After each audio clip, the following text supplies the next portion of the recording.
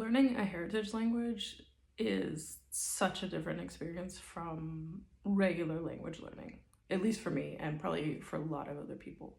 Like, learning other languages, I'm just listening to like what's popular or like their version of rap or something, not the traditional music from like back in the day. I'm not really reading stuff that was written, a century or two ago, like I am with Creole. I'm not sitting there listening to recorded interviews with people that are like from decades ago and like scanning through the description to see if maybe one of my relatives is on there or somebody else that I know.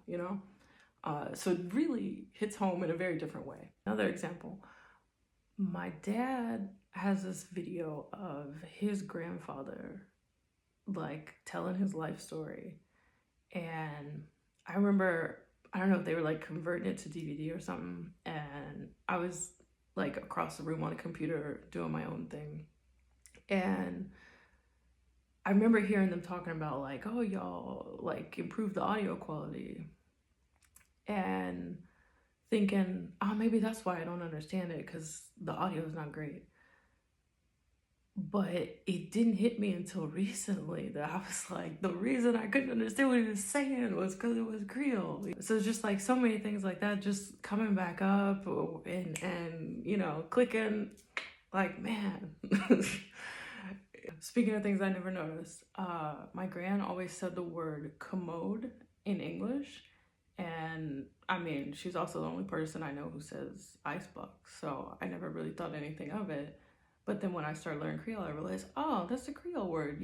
So there's also stuff like that that can pop up unexpectedly, where like actually you knew something you didn't know you knew. And I want to talk about how that also impacts the verification process on Discord.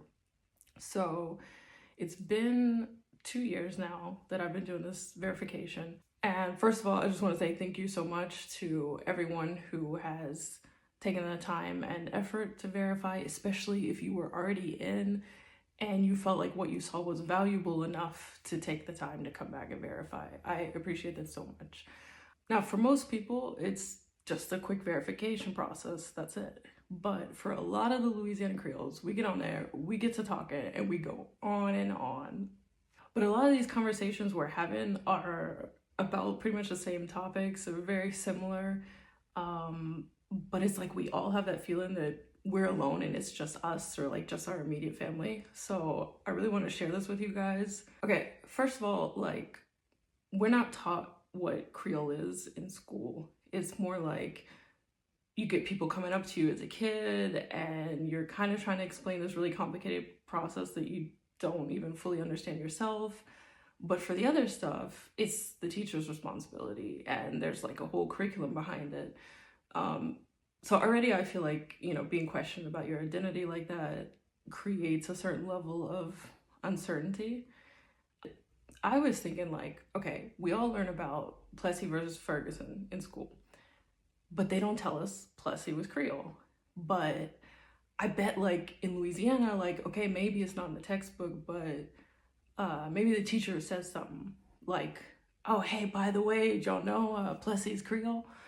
But no, talking to people during this process, we get to chatting. They'll be like, yeah, born and raised in Louisiana. And no, they never said anything like that. Like they never added any extra context. So the history they got there is the same history the rest of us got pretty much. Which gets me to another topic. A lot of people have this impression that like you gotta be from Louisiana to be like the Creolist person possible. And if you're from the diaspora, that like you couldn't possibly compare. Like, okay, maybe overall in general terms, that's true. Like there's gonna be more people who do things in Louisiana and less in the diaspora. but it's not like a hard fast thing. Like, actually, you can find people in the diaspora who grew up speaking the language, eating all the traditional foods, listening to traditional music, or whatever it is.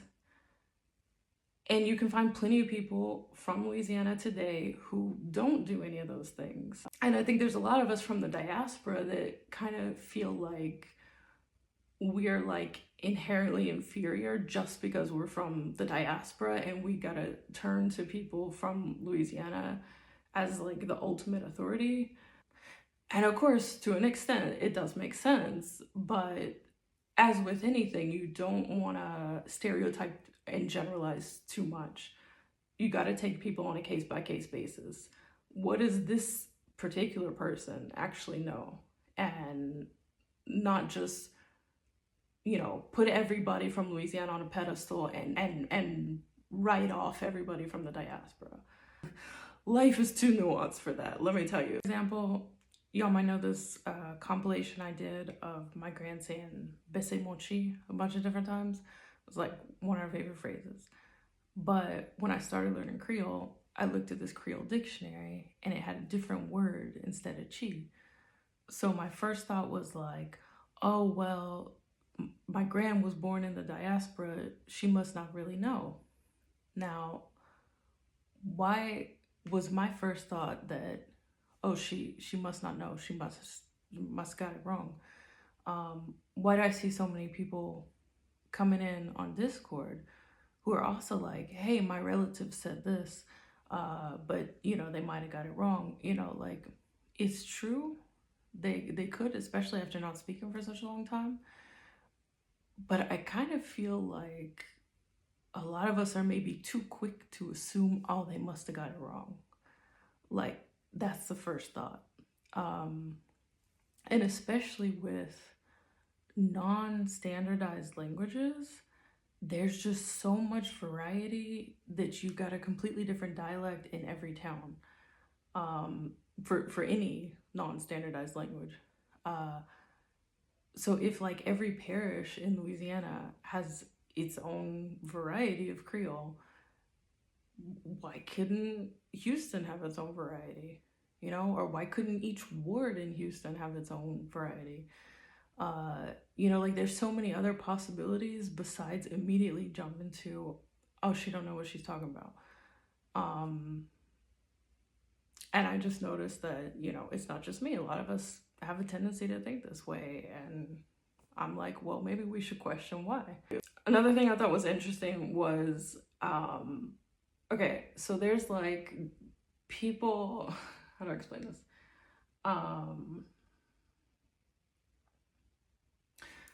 People from different European tribes immigrated to different areas in the Americas, and people from different African tribes were trafficked to different areas in the Americas.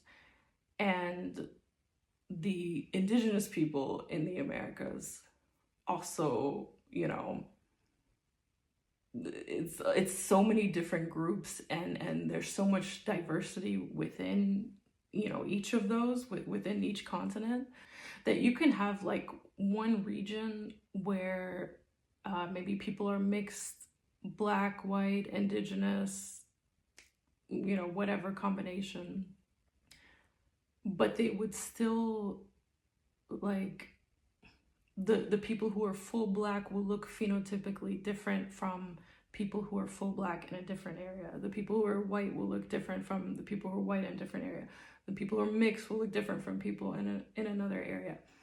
And one thing I felt growing up was like, especially like I had a friend in school who would like make fun of me for being built different. And so I got to thinking like, yeah, okay, maybe if I was from Louisiana, I would feel more like secure in who I am because I would be surrounded by Creoles, And lo and behold, got to talking to somebody who was like, no, yeah, I get that same feeling. There's like, because there's so many people there who are not Creole that look different, that you still kind of have this feeling that, like, I don't know, y'all let me know if anyone else has experienced this, because that one was actually just one conversation. But yeah, okay, the big one. People come in like, yeah, my family used to speak the language, but they didn't pass it down to us, and now I don't know it.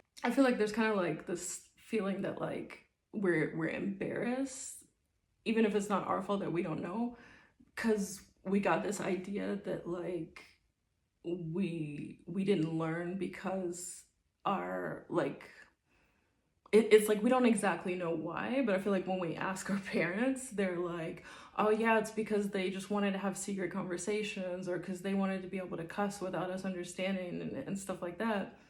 And honestly, I think that's just their interpretation, based on, you know, what they were able to pick up. I don't think they actually asked their parents in a lot of cases why the language wasn't passed down to them.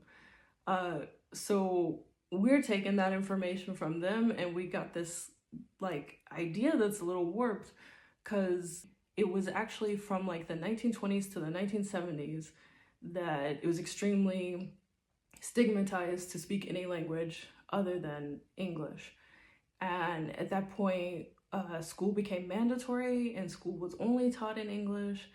And a lot of our like grandparents, great grandparents were going into school day one, first time they heard English, and had no idea what was going on.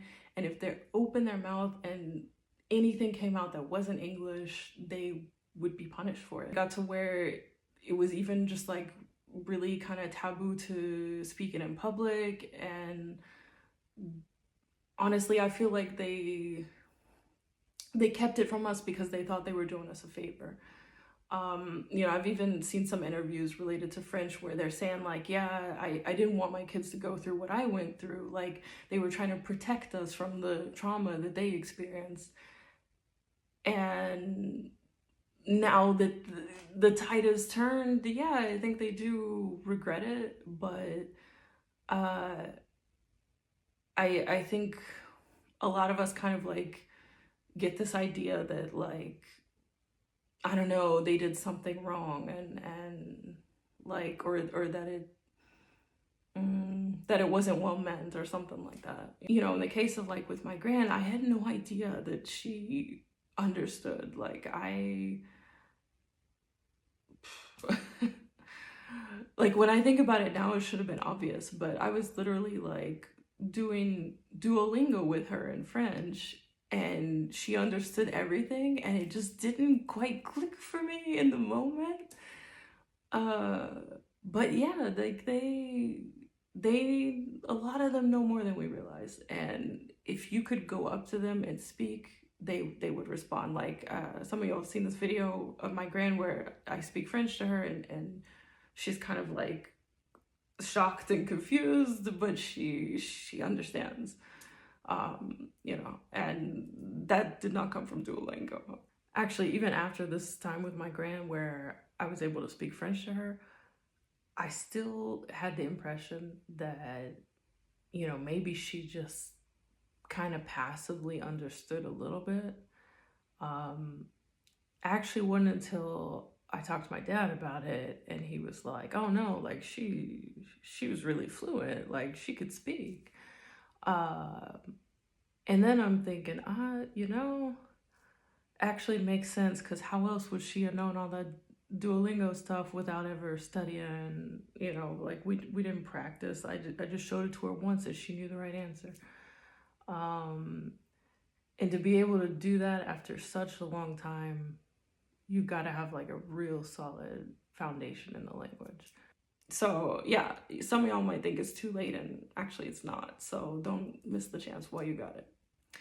And another thing I'm realizing is like there's so many things in life where it's like maybe we would love to do that with someone in our own family, but they're just not in the right place for that. And I think that's the beautiful thing about the larger community, is you can connect with other people, still have that same vibe of like, oh wow, like that's really my people. And yeah, like I said, I think there's a lot that we're going through thinking we're alone when actually it's not just the entire community, it's so many other communities experiencing the same thing too. So much of our experience is perfectly normal, typical reaction to what our families have been through. And I hope this could help.